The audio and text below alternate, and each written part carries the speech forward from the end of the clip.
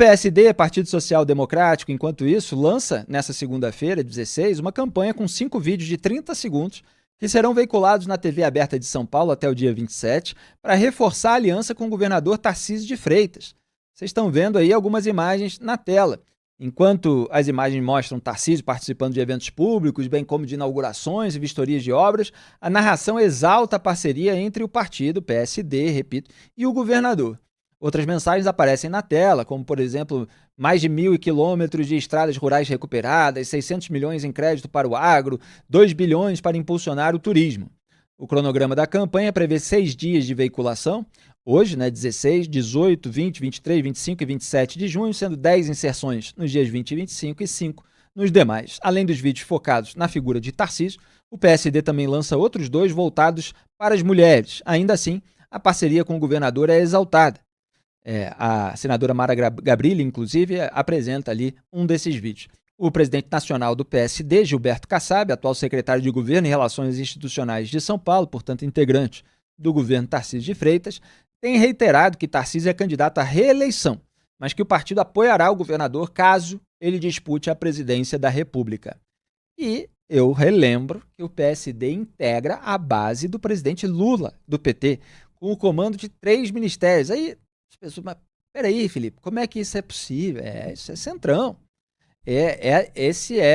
Essa é a astúcia de Gilberto Kassab, que está ali próximo do Lula na esfera federal e, ao mesmo tempo, próximo do Tarcísio na esfera estadual. Quero ver quando é que o Lula vai recorrer ao Kassab para falar assim, vem cá, não lança o Tarcísio não, que ele está aparecendo com um pontinho na frente de mim, nas pesquisas e tal. Será que o Lula vai oferecer ministérios para o PSD? O que vocês acham? Podem responder aí no chat, porque o PSD já tem Ministério da Pesca, com André de Paula, Minas e Energia, com Alexandre Silveira, e Agricultura, com o Carlos Fávaro. E, já que eu citei aqui, vamos lembrar, foi a pesquisa Datafolha divulgada no sábado 14 que mostrou o Tarcísio pela primeira vez, numericamente à frente do Lula, num cenário de segundo turno da eleição de 2026. 43% dos votos para Tarcísio e 42% para o Lula. No levantamento de abril, o petista vencia com 48% contra 39%. Quer dizer, o Lula estava 9 pontos na frente do Tarcísio no levantamento de abril. Maio, junho, 2 meses, é isso? É isso, só passaram 2 meses, achei que era mais até. E agora o Tarcísio está 1 ponto na frente do Lula. Portanto, você tem aí uma mudança significativa de uns 10 pontos.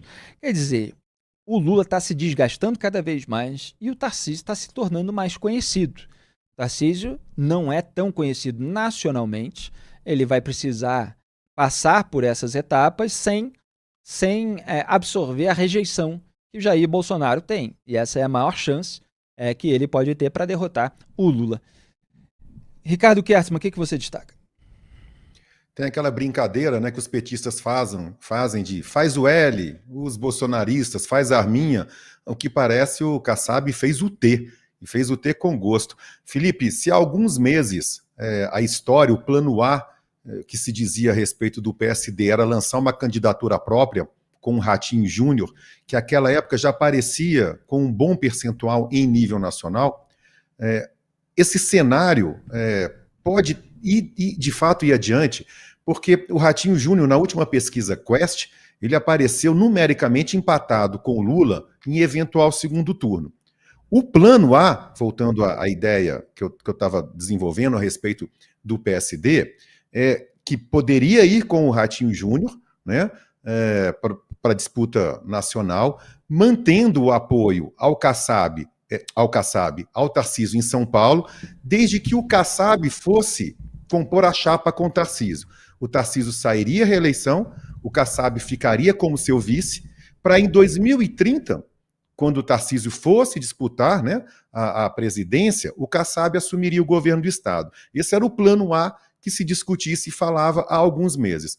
Mas com essa ascensão também do Tarcísio, já batendo numericamente o presidente Lula, obviamente os rumos podem mudar. Felipe, Estado de São Paulo é o segundo orçamento do Brasil, só pede para o orçamento da União. Ser governador de São Paulo e ter uma eleição garantida em São Paulo é um privilégio. A meu ver, o Tarcísio só vai abrir mão dessa disputa se ele realmente tiver muita certeza de uma vitória em nível nacional. Que, pelo que Ricardo, indicam as preciso pesquisas... interromper para um intervalo de 2 minutinhos, a gente volta já.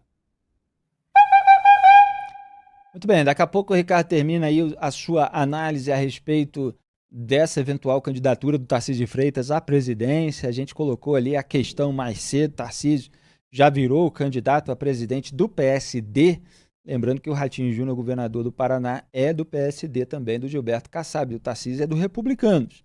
Muito bem, like, enquete, comentário no chat, aqui no intervalo da TV, no nosso canal de YouTube, e eu leio os comentários. Regina Maura, cenário assustador para as próximas eleições. Fábio Jun, Tarcísio perdeu meu voto quando disse que viu o Bolsonaro preocupado com as pessoas na pandemia. Essa foi de lascar, eu chamei a atenção, separei o vídeo, publiquei na hora, repercuti uma barbaridade no X, e ele continua aqui, o Fábio Jun, com essa subserviência, tá na cara que se ele se tornar presidente, vai conceder indulto ao Bolsonaro. Marta Miriam Perim, lembro dessa entrevista com o Major Olímpio, entrevista histórica. Eliane Oshikawa, a soberba do Flávio Bolsonaro, tá se achando. Cleiton de Souza Pontes, o Flávio acha que o apoio do Bolsonaro é suficiente para eleger alguém. Solange Blues, sabotador da Lava Toga, sobre o Flávio Bolsonaro. Marcos Eliseire, Flávio tá falando de um candidato da família, me parece. Roseli Sarmento, sem anistia. Aliás, o comentário do Marcos é isso, a família Bolsonaro, a prioridade, o que seria ideal para ela é que fosse alguém da família, na chapa. Seja titular ou pelo menos vice, né? Porque eles só confiam neles mesmos e mesmo assim tem uma série de tretas internas, né? Então vamos ver se eles vão conseguir emplacar alguém ou vão ter que fazer escambo com outro. O Alexandre Teles fala, Flávio é o mais somebody love da família. Roseli Sarmento fala sem anistia. Alex Pons fala típico, joga a bomba no colo do povo e sai correndo sobre o Haddad, provavelmente, né, que saiu de férias. Danilo MLRH, Felipe e Ricardo são excelentes nas suas análises. Valeu, Danilo. Francisco Moratti, excelente jornal, parabéns. Valeu. E vamos voltar à TV.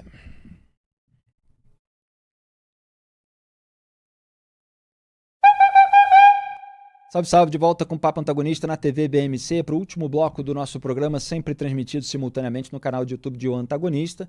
E para todos vocês é sempre bom lembrar que as íntegras e os cortes ficam disponíveis no canal de O Antagonista, para você assistir e compartilhar a qualquer hora. A gente agradece muito pela divulgação.